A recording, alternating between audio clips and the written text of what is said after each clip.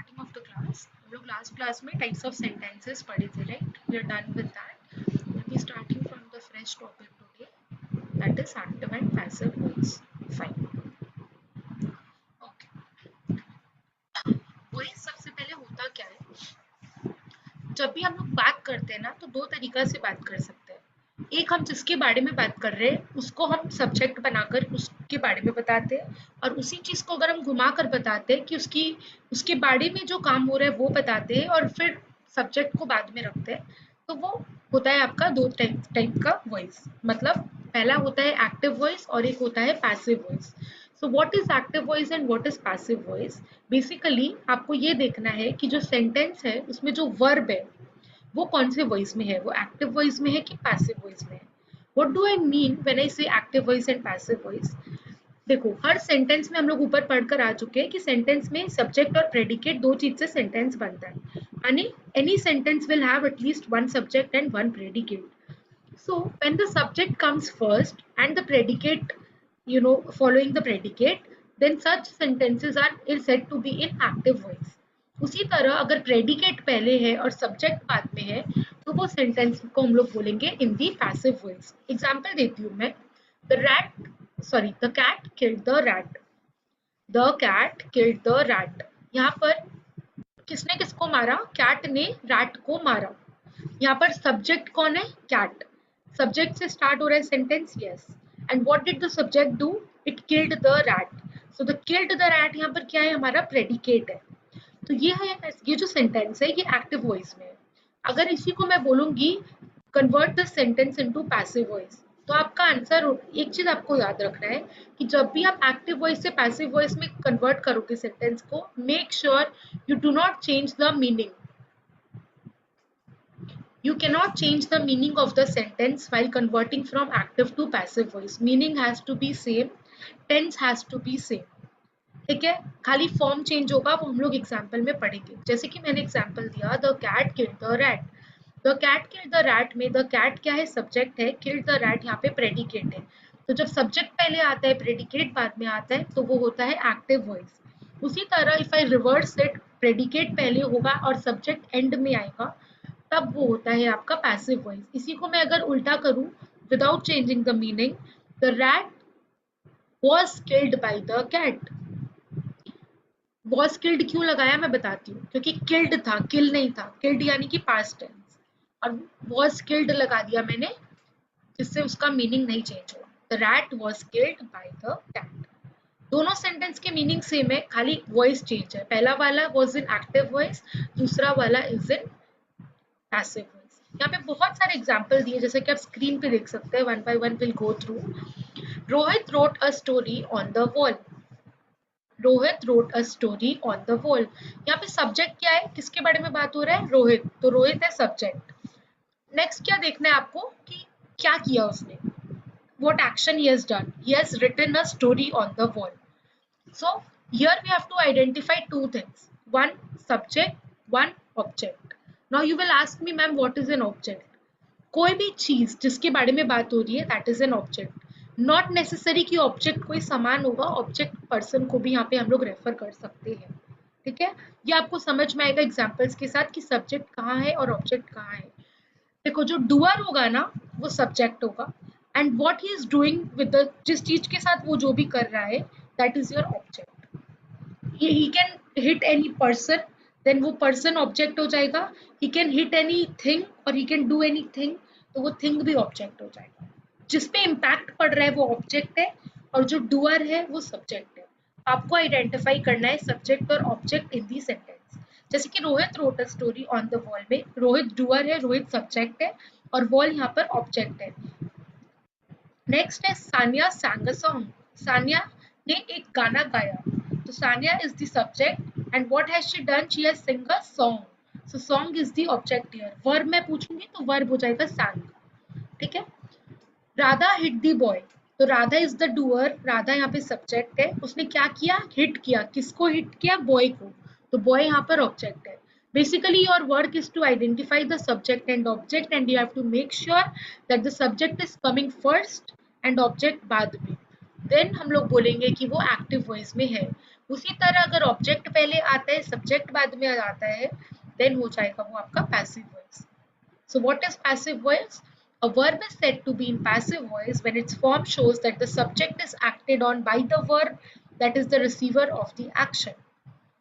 जैसे कि एग्जांपल देखो, यहाँ पे एम्फेसिस एक्शन पे हो रहा है, डूअर पे नहीं हो रहा है, सब्जेक्ट पे नहीं हो रहा है। पहले वाले सेंटेंस में, पहले वाले वॉइस में जो इम्पैक्ट, जो एम्फेसिस हम लोग दे रहे थे वो सब्जेक्ट पे दे रहे थे, स्टार्ट हो रहा था सब्जेक्ट से सेंटेंस। लेकिन यहाँ पर वो जो सब्जेक्ट जो काम कर रहा है उस पे एम्फेसिस करेंगे, what he is doing, that is coming first in the sentence. जैसे कि the GST bill was passed in the parliament. तो यहाँ पे पास किसने किया? पार्लियामेंट ने किया। तो सब्जेक्ट यहाँ पे पार्लियामेंट है, लेकिन we are starting the sentence with the GST bill was passed. यहाँ पे एम्फेसिस हम लोग दे रहे हैं कि वो पार्लियामेंट ने जो काम किया उस एक्शन पे हम एम्फेसिस दे रहे हैं। We could have mentioned instead of this कि the parliament has passed the GST bill, तो वो भी करेक्ट था। लेकिन डिफरेंस कहाँ आ जा रहा है, वो एक्टिव वॉइस में हो जाता। लेकिन मैं जब बोलती हूँ the GST bill was passed in the parliament, ये हो गया आपका पैसिव वॉइस, क्योंकि यहाँ पे एम्फेसिस एक्शन पे हो रहा है rather than the actor. Actor माने डूअर, सब्जेक्ट। ठीक है, so I hope active voice passive voice थोड़ा हद तक क्लियर हुआ होगा। Muskan, if you can respond yes और no. Yes ma'am. Okay, cool. So examples देखते हैं। A story was written on the wall by Rohit. A song was sung by Sanya. अभी आप ऊपर देख कर आए थे, सान्या है संग सॉन्ग था, सान्या sang a song था, और यहाँ पर आप देख रहे हो a song was sung by Sanya. दोनों का मतलब सेम था, मीनिंग में चेंजेस नहीं है, टेंस में चेंजेस नहीं है। The only changes,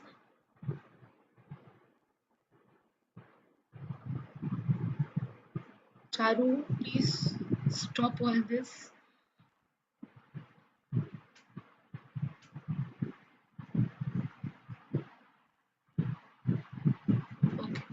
so a story was written on the wall by Rohit. यहाँ पर डूअर बाद में आ रहा है और वो जो एक्शन कर रहा है वो पहले आ रहा है, तो वो पैसिव वॉइस होगा।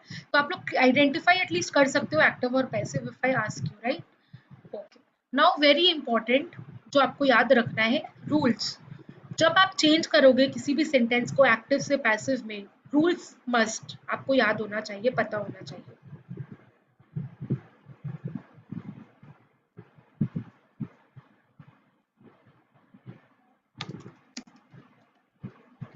Yeah. So here comes the first rule, basic rule. Active voice में जैसा कि मैंने बोला, सब्जेक्ट पहले आता है, ऑब्जेक्ट बाद में आता है। लेकिन आपको ये तो पता होगा कि वर्ब तो होगा ही सब्जेक्ट में, because what the person is doing, वो तो सब्जेक्ट का पार्ट है। So basically what is the rule, subject plus verb plus object. या आई वांट कि आप लोग हैंड खुद से लिखो अपनी नोटबुक में ताकि याद रहे। लिखा हुआ भी है अगर, तो भी आप एक नोटबुक में इसका रूल्स को अलग से लिखो सो दैट आपको याद रहे। एक्टिव वॉइस का बेसिक स्ट्रक्चर या रूल क्या होता है, subject plus verb plus object. How समझते हैं?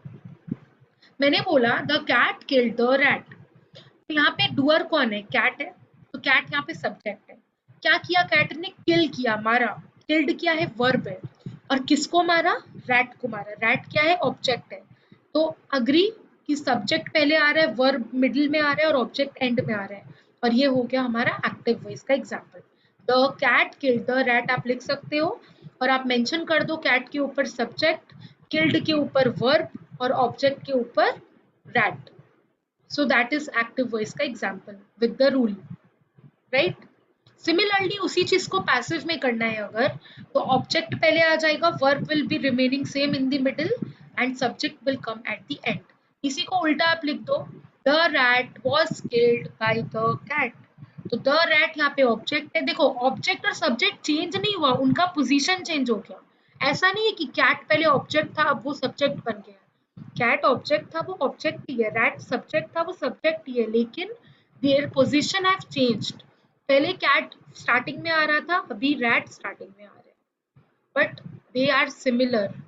उनके पोजीशन खाली बदले हैं।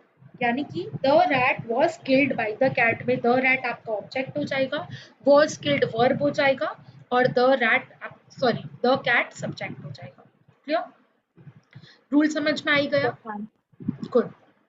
सो पैसिव का रूल है object plus verb plus subject. Okay, very important next rule, rule number 2. यहाँ पे वर्ब का फॉर्म चेंज होता है. जैसा मैंने बोला था कि टेंस नहीं चेंज करते हैं, सिर्फ फॉर्म बदलेगा. टेंस मतलब अगर क्वेश्चन एक्टिव वॉइस दिया है आपको और वो अगर पास्ट टेंस में है तो आपका आंसर भी पास्ट टेंस में होगा. आप उसको प्रेजेंट या फ्यूचर में नहीं कर सकते. लेकिन जो वर्ब का फॉर्म होगा, जैसे कि अगर आप नोटिस किए होंगे पहले एग्जांपल में, the cat killed the rat था, लेकिन जब मैं उसको पैसिव में कन्वर्ट की, मैंने द रैट वाज किल्ड कर दिया, किल्ड को. यानी कि मैंने वर्ब किल्ड का फॉर्म चेंज किया. किल्ड सिंपल था, वाज किल्ड कर दिया मैंने उसको. बस इतना सा फर्क था, फॉर्म चेंज हुआ है. There are 3 forms of verb, first form, second form, third form. ठीक है, तो वो फॉर्म चेंज कर दिया मैंने, लेकिन उसका टेंस चेंज नहीं होगा, ये आपको याद रखना है. ना सेंटेंस का मीनिंग चेंज होगा, ना सेंटेंस का टेंस चेंज होगा.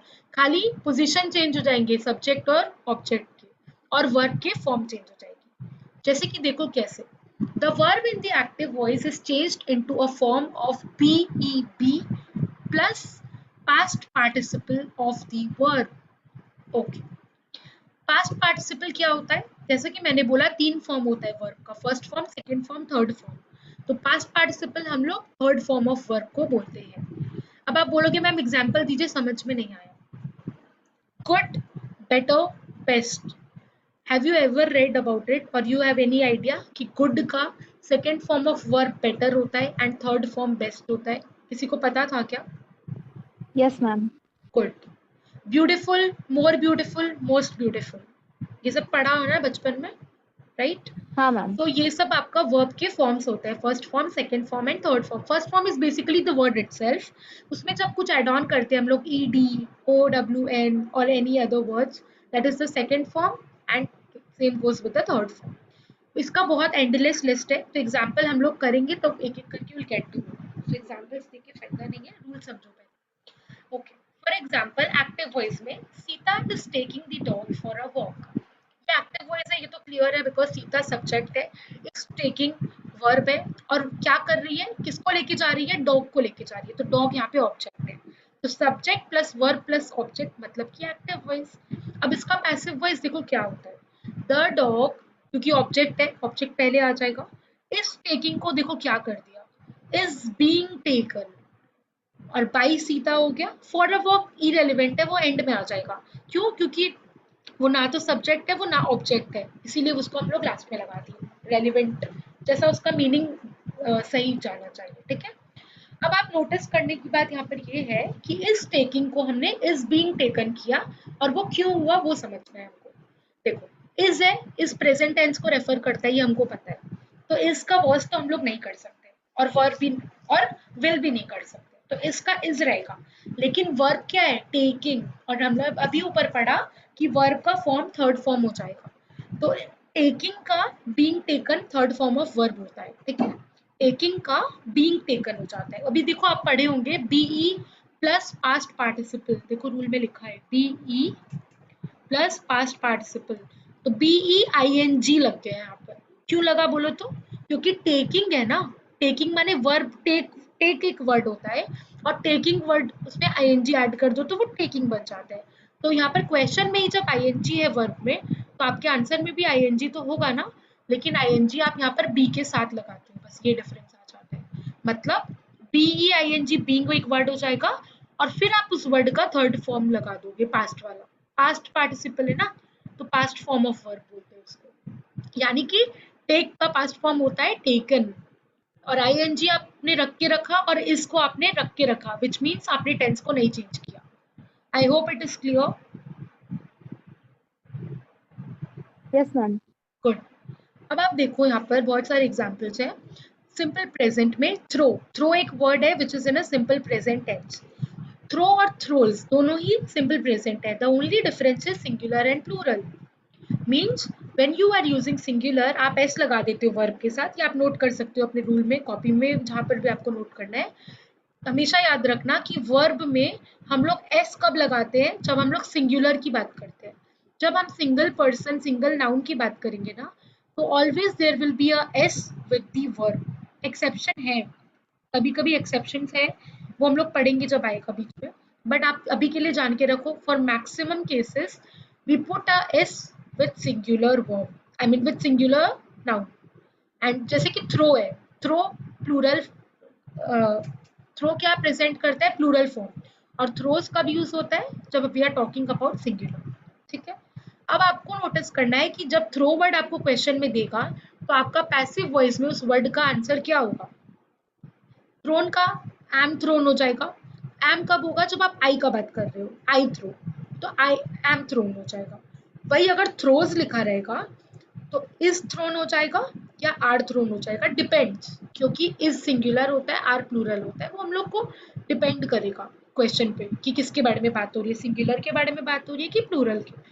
तो basically what is the rule for simple present tense, simple present tense का रूल है कि सब्जेक्ट प्लस is, am और are depending upon the case, plus word V3 का मतलब पता है क्या होता है, वर्ड का, सॉरी वर्ब का थर्ड फॉर्म, V3 मतलब third form of verb, plus B Y by, very important, by लगेगा एड ऑन होके, ठीक है, प्लस एजेंट। अब आप बोलोगे ma'am what is the agent, can you tell me agent का मतलब यहाँ पर क्या हुआ।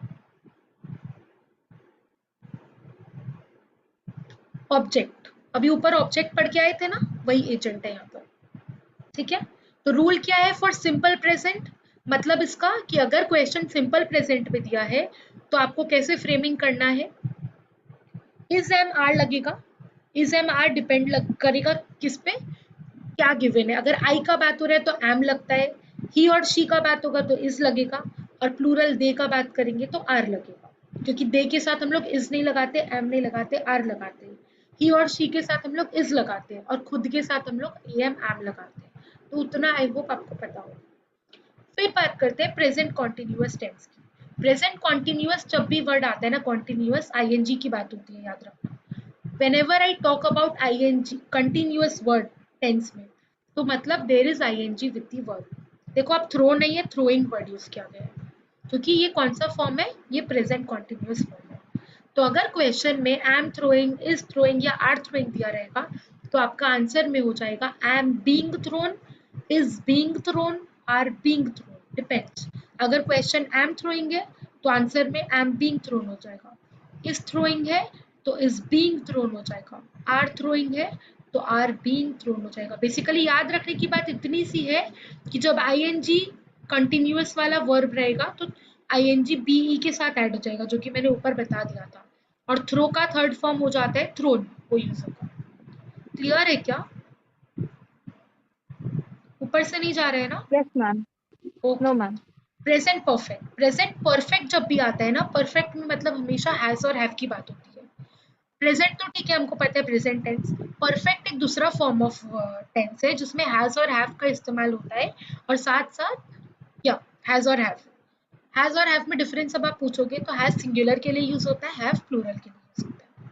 Okay, so whenever there is in the question given has thrown, have thrown, या हैज के साथ कोई भी और अदर वर्ब, तो रूल हो जाएगा हैज बीन, हैव बीन, और थर्ड फॉर्म तो रह गई। ठीक है, तो बीन लग जा रहा है यहाँ, बी आई एन जी नहीं, B double E N been लग रहा है, वो आप कैसे याद रखोगे, इसका ट्रिक बताती हूँ। जब आईएनजी क्वेश्चन में है ना तो बीइंग आईएनजी आंसर में भी आएगा, और कहाँ आएगा, बीई के साथ आएगा, लेकिन यहाँ पे तो आईएनजी कंटिन्यूअस है ही नहीं, तो यहाँ पर भी आईएनजी नहीं आएगा, यहाँ पर हैज थ्रोन का हैज बीन, यहाँ पे क्या ऐड हुआ, B double E N been add हुआ परफेक्ट के साथ। ठीक है, अब देखो हम लोग प्रेजेंट टेंस खत्म कर दिए, अब हम लोग पास्ट टेंस करेंगे। पास्ट टेंस में भी सिमिलर आपको तीन फॉर्म नजर आएंगे, सिंपल पास्ट, पास्ट कंटिन्यूअस और पास्ट परफेक्ट। जैसे कि simple present, present continuous, present perfect था, उसी तरह simple past, past continuous, past perfect. सिर्फ डिफरेंस क्या है, वो प्रेजेंट था, ये पास्ट है। तो प्रेजेंट में हमको पता है इज यूज होता है, आर यूज होता है, हैज यूज होता है, हैव यूज होता है, और पास्ट में वॉज यूज होता है, वर होता है, हैड होता है। ठीक है, इज नहीं यूज होता है, वॉज यूज होता है इसकी जगह पास्ट में। तो अगर क्वेश्चन में T H R E W threw word देगा तो थ्रू का थर्ड फॉर्म क्या होता है, वॉज थ्रोन। देखो प्रेजेंट वर्ड है T H R O W throw, throw का सेकेंड फॉर्म ऑफ वर्ब होता है थ्रू, और थर्ड फॉर्म ऑफ वर्ब होता है थ्रोन। तो फर्क कहाँ देखा आपने कि जब पास्ट टेंस में क्वेश्चन होगा आप कैसे आइडेंटिफाई करोगे कि क्वेश्चन सिंपल पास्ट है? आप देखोगे वहां पे second form of verb use हो रहा है, थ्रू। थ्रो नहीं यूज हो रहा है, थ्रो यूज होता तो आपको पता चलता है वो सिंपल प्रेजेंट है, लेकिन थ्रू है मतलब वो पास्ट टेंस है। तो थर्ड फॉर्म हो जाएगा थ्रोन। और क्या ऐड हो जाएगा? वॉज और वर। और वॉज क्यों हो रहा है? क्योंकि हम लोग सिंगुलर की बात कर रहे हैं, प्लूरल की बात करेंगे तो वर हो जाएगा, डिपेंड करेगा क्वेश्चन में क्या गिवन है। और बाई ऐड हो जाएगा और फिर ऑब्जेक्ट ऐड हो जाएगा। उसी तरह कंटिन्यूअस, कंटिन्यूअस मतलब सेम रूल ऊपर में जो था, आईएनजी, बीइंग, बीईआईएनजी और थर्ड फॉर्म। बस ओनली डिफरेंसेस, जब प्रेजेंट हम पढ़ रहे थे तो हम लोग इज और आर लगा रहे थे, यहाँ पे हम लोग वॉज और वर्ड लगा रहे हैं।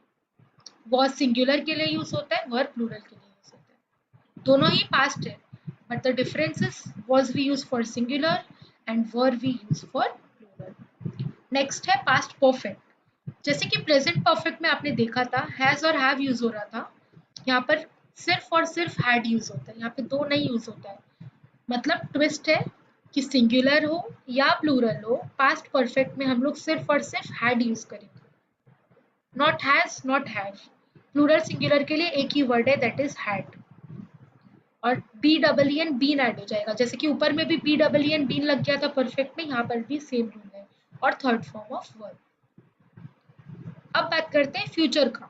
सिंपल फ्यूचर में विल और शैल रहता है, ये हमको पता है। तो वर्ब के साथ विल थ्रो या विल और shall is same to same, there is no difference. अगर क्वेश्चन में विल है तो आप भी विल लिखना, क्वेश्चन में शैल है तो आप भी शैल लिखोगे, कोई भी डिफरेंस नहीं होता है दोनों वर्ब में। तो यहाँ पर क्या एड ऑन हो जाएगा? सिर्फ बी ई बी एड हो जाएगा और थर्ड फॉर्म तो लगेगा ही लगेगा। पूरे एक्टिव पैसिव में थर्ड फॉर्म ऑफ वर्ब तो लगेगा ही when you are converting from active to passive. कोई भी फॉर्म ऑफ टेंस हो, चाहे पास्ट हो, प्रेजेंट हो, फ्यूचर हो, वर्ब हमेशा थर्ड फॉर्म रहेगा, वो आपको याद रखना। लेकिन उसके साथ क्या एक्स्ट्रा है वो हम रूल बाय रूल पढ़ रहे हैं। जैसे कि विल थ्रो का हो जाएगा विल बी थ्रो, ठीक है। शैल थ्रो का शैल बी थ्रो। मतलब सिंपल फ्यूचर में हमने ऐड किया B E B, future continuous में B E I N G, B E तो रहेगा ही, यहाँ तक तो रहेगा ही, इसके साथ एक और B E I N G add हो जाएगा। मतलब जैसे देखो विल बी थ्रोइंग अगर क्वेश्चन में दिया है तो आंसर हो जाएगा विल बी बीइंग थ्रोन, जो कि सुनने में बहुत ऑकवर्ड लग रहा है, but this is how the thing is. Shall be throwing, तो शैल बी बीइंग थ्रोन, ठीक है। फ्यूचर परफेक्ट में देखो, जैसे कि प्रेजेंट परफेक्ट में हैज और हैव था, पास्ट परफेक्ट में सिर्फ हैड था, फ्यूचर में हैव है, मतलब सिर्फ हैव है, ठीक है। विल हैव, शैल हैव, तो इसका हो जाएगा will have been, shall have been.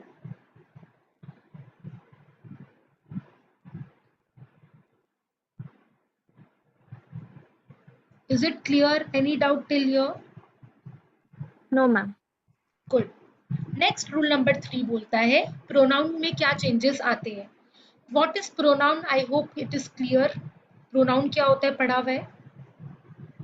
I am जो रिप्लेस करता है नाउन को वो प्रोनाउन होता है, राइट। जैसे कि आई, ही, शी, यू, दे, ये सब क्या है? प्रोनाउन है। तो अगर क्वेश्चन में आपको जो प्रोनाउन देगा उसको आपको क्या चेंज करना है, इसका एक टेबल दिया हुआ है आपके पेज नंबर 2.21 में।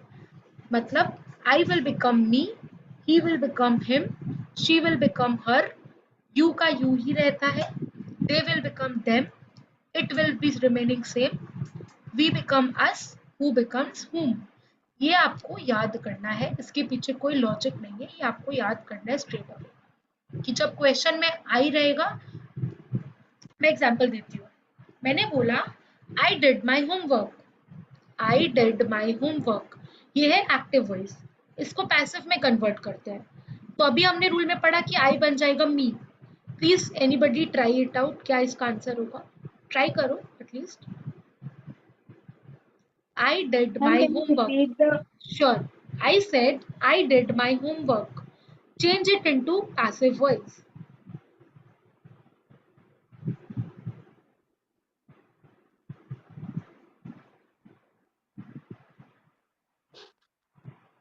The homework was done by me.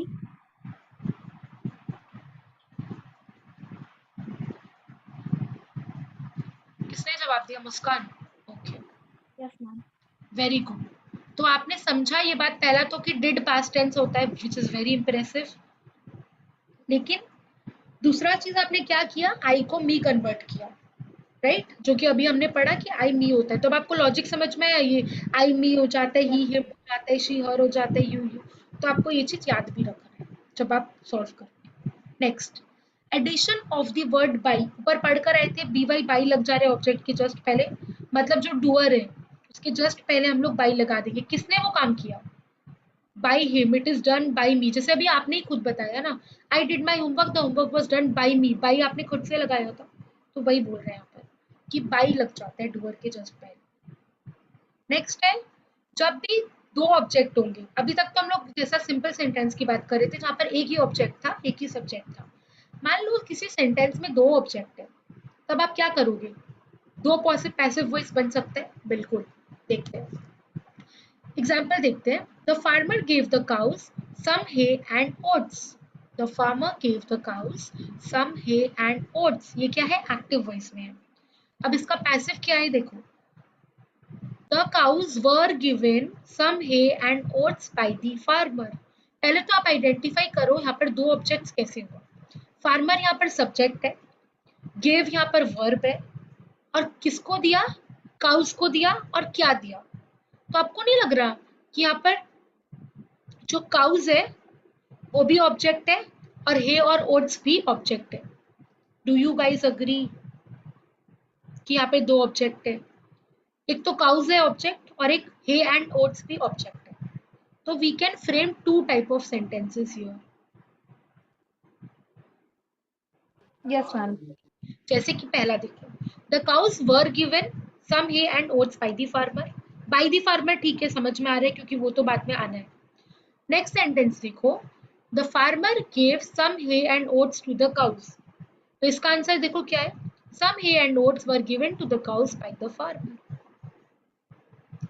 किस पे इंफेसिस दे रहा है ना, आपको वो नोटिस करना है। इंफेसिस देखो किस पे हो रहा है, पहले वाले में इंफेसिस हो रहा था काउस पे, दूसरे वाले पे हे एंड ओट्स पे। तो जिस पे इंफेसिस होगा आपको उसको सब्जेक्ट, उसको मतलब बेस लेके चलना है, उसकी वो उसकी पोजीशन को चेंज करना है, बेसिकली बोलने का मतलब। ओके, नेक्स्ट बोल रहा है इंटरोगेटिव सेंटेंसेस। इंटरोगेटिव हम लोग टाइप्स ऑफ सेंटेंसेस में पढ़ चुके हैं, there when we ask questions that are interrogative sentences which ends with a question mark. तो जब इंटरोगेटिव सेंटेंसेस को हमको कन्वर्ट करना होगा एक्टिव से पैसिव में, तो क्या रूल्स फॉलो करने पड़ेंगे, देखते हैं। The primary auxiliary verbs do, does, or did do not appear in the passive form. They get converted to the form of the verb to be. Active में देखो, अगर do, does, did दिया हुआ है तो आंसर भी क्या होगा? is, am, are, was, were plus subject plus verb plus by plus agent. अब आप नोटिस करो, अगर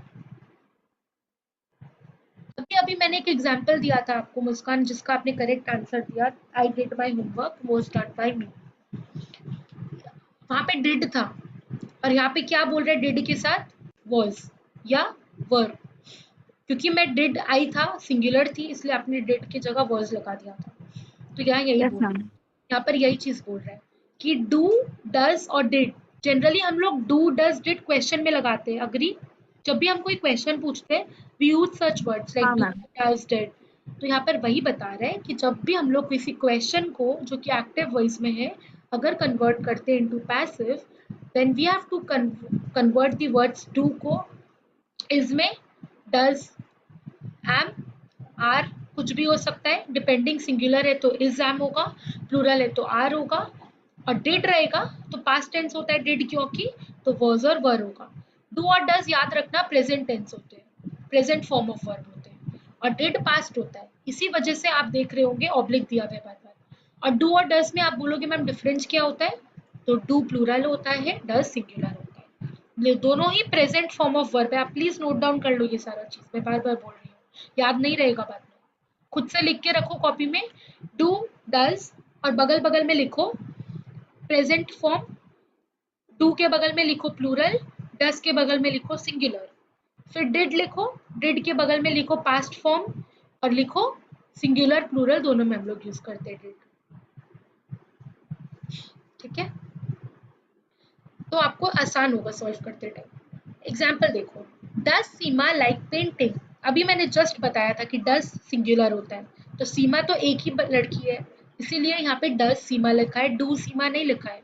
आप नोटिस करो ना, मैं आपसे पूछती हूँ डज यू गो आउट कि डू यू गो आउट, लेकिन यू है ना, यू एक्सेप्शन होता है, याद रखो। यू में हम लोग प्लूरल की तरह ट्रीट करते हैं।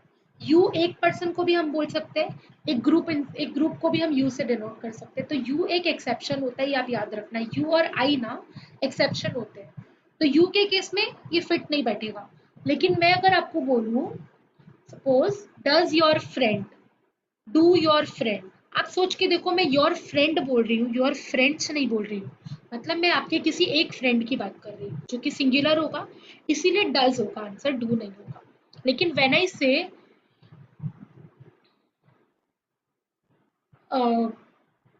सपोज मैं फ्रेंड की जगह फ्रेंड्स बोलती हूँ, तो मेरा आंसर होगा डू योर फ्रेंड्स, डज नहीं होगा। तो जब प्लूरल होगा तो डू लगेगा, सिंगुलर होगा तो डज लगेगा, आपको ये याद रखना होगा। जैसे कि यहाँ पे डज सीमा लाइक पेंटिंग, तो इसका पैसिव देखो क्या है, इज पेंटिंग लाइक्ड बाय सीमा। अब कैसे आपको क्लिक किया कि इज ही लगेगा, क्योंकि डज पहले आपको आइडेंटिफाई करना है कि सेंटेंस का टेंस कौन सा है। डज वर्ड से मुझे पता चल रहा है कि सेंटेंस प्रेजेंट टेंस में है, तो डज का भी हम ऊपर पढ़कर आए हैं, क्या लगता है, इज, एम, आर।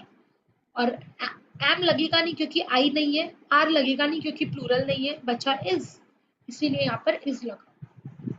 और इस पेंटिंग लाइक का हो जाएगा लाइक, क्योंकि हम ऊपर पढ़ के आ चुके हैं कि वर्ब का थर्ड फॉर्म लगता है, जब भी हम लोग एक्टिव से पैसिव में कन्वर्ट करेंगे, कोई भी टेंस का फॉर्म हो, थर्ड फॉर्म ऑफ वर्ब तो लगेगा ही। तो लाइक का लाइक्ड हो जाएगा, और बाई हम लोग ऐड करते हैं डूअर के पहले, तो बाई सीमा। और ये क्वेश्चन मार्क का आप जवाब तो दे नहीं रहे हो, जो कि आप फुल स्टॉप में कन्वर्ट कर दोगे। तो एक्टिव से पैसिव करने में बहुत जन जो कॉमन मिस्टेक होता है ना स्टूडेंट्स का, वो लोग क्या करते हैं, क्वेश्चन मार्क को फुल स्टॉप में बदल देते हैं, जो कि गलत है। यहाँ पर आप क्वेश्चन मार्क को क्वेश्चन मार्क ही रखोगे। एक्टिव से पैसिव में कन्वर्ट करने बोले, क्वेश्चन का जवाब तो दे नहीं रहे हो आप, पूछ तो क्वेश्चन ही रहे हो अभी भी, तो question mark will always be there. खाली Yes, आपको ma'am. पैसिव से एक्टिव को पैसिव करना है, बाकी कुछ नहीं। टेंस नहीं चेंज करना है, मीनिंग नहीं चेंज करना है, रूल्स फॉलो करने हैं स्ट्रिक्टली। नेक्स्ट देखो, वही सेंटेंस है दूसरे टेंस में, did Seema like painting, the only difference is does था present tense, did है past tense, तो आंसर हो जाएगा was painting liked by सीमा। इस पेंटिंग की जगह आंसर हो जाएगा was painting। ये कैसे आपको क्लिक करेगा, unless and until you know कि does belongs to present tense and did belongs to past tense, you will not be able to give the correct answer। तो अगर आपको पता होगा डज और डिड का डिफरेंस, आपका आंसर कभी फ्यूचर में गलत नहीं होगा, नहीं आपके इंग्लिश बोलने में कभी गलती होगी। जब भी आप कम्युनिकेट करोगे किसी के साथ, there are many people you know, जो लोग सी एस सी ए तो बन जाते हैं, बट उनको डिड और डज का डिफरेंस नहीं पता होता है, they still use wrong English. तो I don't want at least my students to do that. तो अगर आपको ये रूल पता होगा, तो ये आपको सिर्फ एग्जाम में मार्क्स स्कोर करने के लिए काम नहीं आएगा, आपके फ्यूचर में भी लाइफ टाइम तक आपको हेल्प करेगा। It's necessary to speak fluently, उससे भी ज़्यादा necessary to speak correct English, right? If you are speaking wrong English with confidence, it will not give you success, right? कहीं ना कहीं आप फंस जाओगे। तो करेक्ट इंग्लिश भी बहुत ज़रूरी है, सही फटाफट बोलने के साथ साथ। Okay, next, the verb has, have, had, will, shall, can, may do not change their position at the beginning of the sentence when the active voice is changed to the passive voice। क्या नया बात पता चला? Has, have, had, will, shall, can, may, ये 7 words अपने position को change नहीं करते हैं। जब भी हम एक्टिव से पैसिव में जाते हैं, तो इनका पोजीशन वही रहता है। जैसे कि example, active voice, has he done his homework, यहाँ पर पोजीशन क्या है हैज का, सबसे पहला वर्ड है वो सेंटेंस का। पैसिव वॉइस में भी आप नोटिस करो, हैज की पोजीशन बदली है क्या? क्वेश्चन क्या है, आंसर क्या है, has his homework been done by him, क्योंकि हैज ना तो सब्जेक्ट है ना ऑब्जेक्ट है, तो उसको मैं क्यों चेंज करूँ? मैं क्वेश्चन ही पूछ रही थी, अभी भी क्वेश्चन पूछ रही हूँ, तो हैज का पोजीशन तो चेंज होगा नहीं। लॉजिक समझ में आया क्या बोला? सब्जेक्ट ऑब्जेक्ट चेंज होता है, वर्ब का फॉर्म चेंज होता है, लेकिन बाकी कुछ तो नहीं चेंज होता है। तो हैज तो चेंज होगा नहीं, क्योंकि has he done his homework.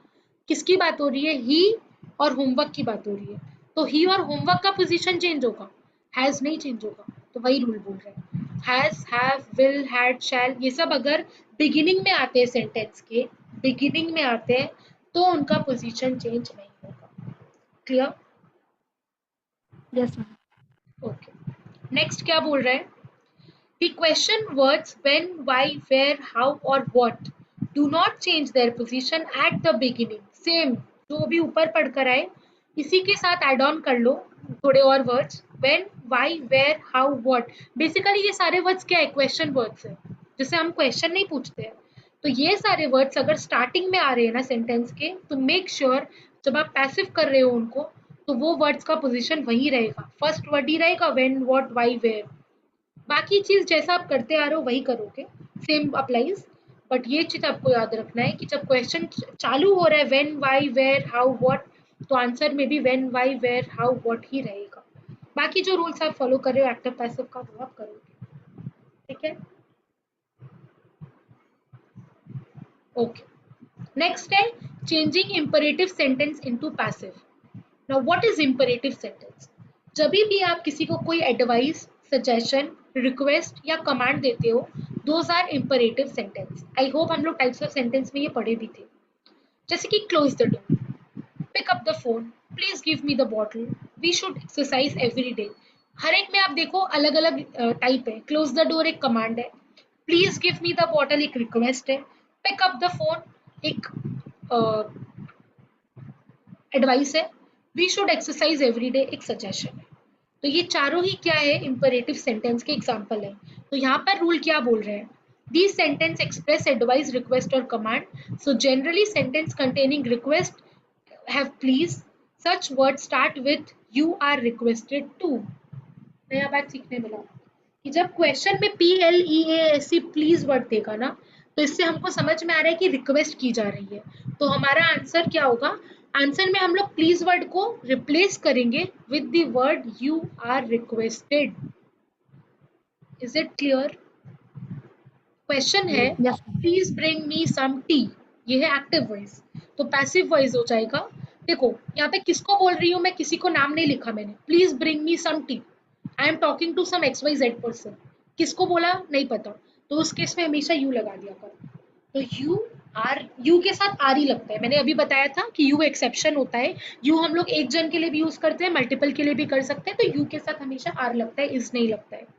You are requested लगाया मैंने प्लीज के रिप्लेस करके, बाकी तो सब कुछ सेम रहेगा। रिक्वेस्ट कर रहा क्या चीज के लिए? To bring me some tea, T O to लगा दिया मैंने खाली, क्योंकि इट वुड हैव मेक, अगर मैं प्रेपोजिशन टू नहीं लगाती तो उसका सेंस नहीं बनता। तो you are requested to bring me some tea, बाकी सब कुछ सेम है, bring me some tea remains the same. What we have done extra, we have replaced the word please with you are requested to. Next, do you work on time? Sorry, do your work on time. यहाँ पर मैं किसी को एक advice दे रही हूँ कि अपना टाइम, अपनी काम टाइम पे खत्म करो, तो इसका आंसर क्या होगा? यू आर एडवाइज्ड, क्योंकि नेचर समझो पहले आप, do your work on time is an advice, तो रिक्वेस्ट नहीं है, तो आंसर होगा यू आर एडवाइज्ड टू। बाकी सब कुछ सेम रहेगा, do your work on time. बाकी देखो मैंने फॉर्म वॉर्म कुछ चेंज नहीं किया यहाँ पर। यहाँ पर आपको लर्न क्या करने की बात है कि खाली वर्ड्स पे फोकस करो।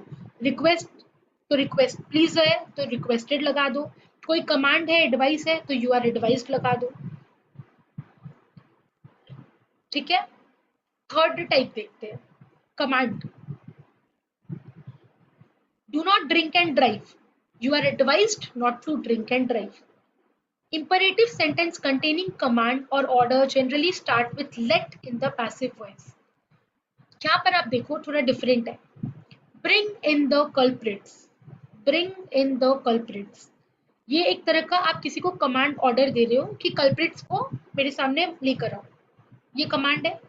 एडवाइस नहीं है, कमांड है, मेक श्योर कंफ्यूज मत होना। एडवाइस होता है सजेशन देना किसी को, लेकिन command is a different thing. यहाँ पर लिखा है ब्रिंग इन, किसी को ऑर्डर दे रहे हो आपकी कल्प्रिट्स को मेरे सामने लेके आओ। तो याद रखना जब भी कमांड होंगे जनरली तो हम लोग उसमें लेट लगाते हैं आंसर में, LET लेट। तो यहाँ पर आंसर क्या होगा, let the culprits be brought in. देखो bring first form of verb था, इसका थर्ड फॉर्म होता है ब्रॉट, तो ब्रिंग का हो गया ब्रॉट। तो क्या आंसर हुआ, let the culprits be brought in, B E be लग गया और थर्ड फॉर्म लगा जो कि हम ऊपर पढ़ भी चुके थे रूल में कि बीई बी लगता है सिंपल में और थर्ड फॉर्म ऑफ वर्ड लग जाता है, दैट इज ब्रिंग का brought. Any doubt?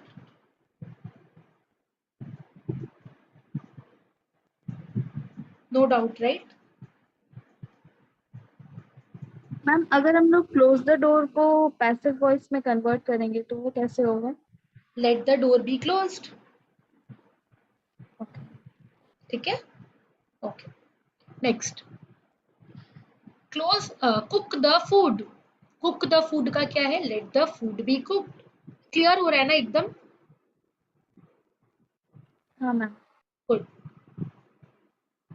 Next, imperative sentences containing suggestions are changed into passive form by adding the modal verb should, suggesting correctness and obligation। मतलब respect elders in the family, ये क्या है, एक suggestion है कि हमें बड़ों का रिस्पेक्ट करना चाहिए। तो ये सजेशन है, तो यहाँ पर क्या डिफरेंस आएगा, जनरली हम लोग सजेस्ट कर रहे हैं ना, जैसे मैं बोलती हूँ ना you should do this, you should not do this, मैं आपको क्या कर रही हूँ, सजेस्ट कर रही हूँ। तो सजेस्ट जब भी करते हैं ना तो शुड वर्ड आता है, तो आपके आंसर में क्या आना चाहिए, शुड। जैसे कि रेस्पेक्ट एल्डर्स इन दी फैमिली एक्टिव है, इसका पैसिव हो जाएगा elders in the family should be respected. ठीक है, फॉलो योर ड्रीम्स, ये भी मैं एक सजेशन दे रही हूँ कि अपने ड्रीम्स को